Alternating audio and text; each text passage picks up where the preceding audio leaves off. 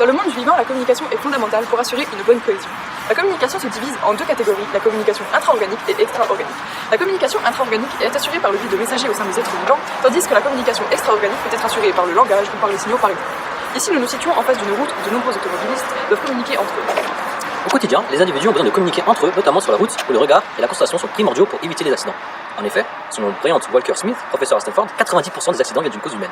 Afin de pallier à ces risques de collision et de problèmes, le code de la route emploie des outils de signalisation qui nécessitent d'être constamment vigilant à l'extérieur et d'avoir ensuite un temps de réaction rapide pour agir.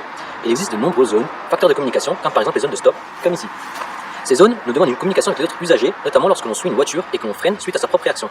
Ainsi, sur la route, une communication extra-organique est très souvent nécessaire, mais ce n'est pas la seule. En effet, pour interagir sur la route avec les autres conducteurs, il faut être capable de traiter les informations pour ensuite agir. Le temps nécessaire pour percevoir un message, le traiter et engendrer une réponse constitue le temps de réaction. Celui-ci est stéréotypé, c'est-à-dire qu'il est toujours le même. Et puis, on va réagir en fonction de certaines personnes, c'est-à-dire différents individus.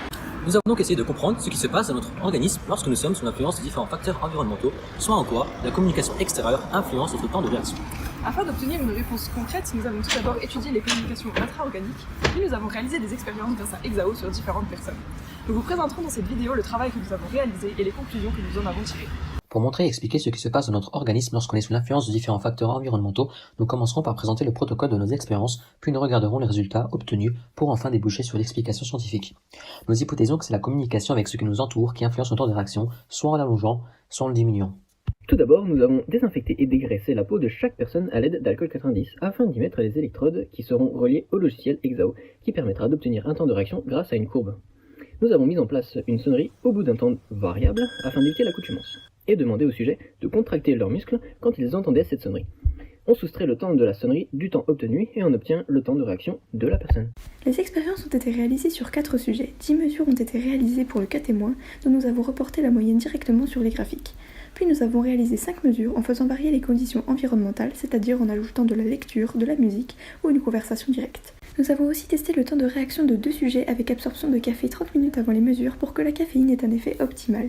Nous avons remarqué grâce au graphique que les éléments perturbateurs augmentent notre temps de réaction d'au moins 15 millisecondes alors que la caféine a diminué notre temps de réaction de 6 à 7 millisecondes.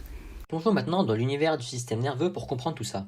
Premièrement, le temps de réaction est une communication entre différentes régions cérébrales de la perception d'un message jusqu'à l'élaboration d'une réponse, musculaire dans notre cas. Lorsque l'oreille d'un de nos sujets entend le signal sonore, un message nerveux auditif est libéré et transmis à l'aire auditive primaire dans le cerveau. C'est la perception du message. Cette dernière communique avec l'aire préfrontale et l'aire de Wernicke lorsqu'il s'agit de la lecture à voix haute ou de la conversation. C'est la compréhension et l'interprétation du message. Enfin, un message est envoyé à l'aire motrice du cerveau qui ordonnera au gastrocnémien de se contracter, c'est la réponse au message. Cette communication est permise grâce à des potentiels d'action circulant dans les axones des neurones où sont véhiculés les influx nerveux transportant les messages. Les membranes des neurones se retrouvent alors hyperpolarisées pour que le potentiel d'action ne puisse pas faire marche arrière. Or, lorsque notre attention est sur une activité précise, il y a déjà une hyperpolarisation entre les aires cognitives. Les potentiels d'action, les neurotransmetteurs sont les mêmes pour interpréter le message nerveux lié au signal sonore et le deuxième lié aux distractions. Il faut ainsi attendre que le premier potentiel d'action transportant le message lié aux distractions passe avant que le deuxième lié à la sonnerie transite. C'est pourquoi le temps de réaction était plus important quand nous étions distraits et donc nous étions plus lents à réagir. Enfin, la caféine, quant à elle, a une structure chimiquement proche de l'adénosine, qui est responsable d'informer le corps qu'il a beaucoup travaillé et qu'il faut donc dormir. Cependant, la caféine est une hormone antagoniste de l'adénosine. En effet, elle va se fixer sur les récepteurs à adénosine et ainsi empêcher l'adénosine de se fixer sur ses récepteurs, ce qui va éviter au corps de s'endormir.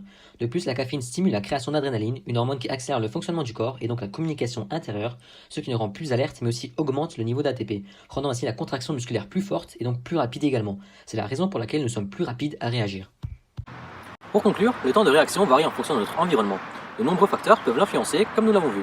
La communication extérieure, qui peut être auditive, comme par exemple les échanges avec d'autres êtres vivants, au téléphone ou en direct, ou bien la musique, augmente notre temps de réaction et joue ainsi sur notre concentration.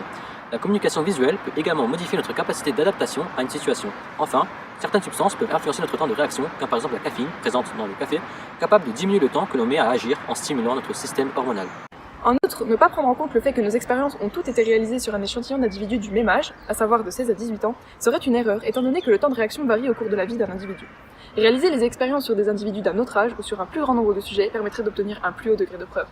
Le temps de réaction étant essentiel dans la conduite automobile, il est important de réduire les facteurs extérieurs pouvant déconcentrer pour limiter le risque d'accident. Il est aussi à noter que le temps de réaction dépend aussi des neurones et du système nerveux qui varie avec l'âge.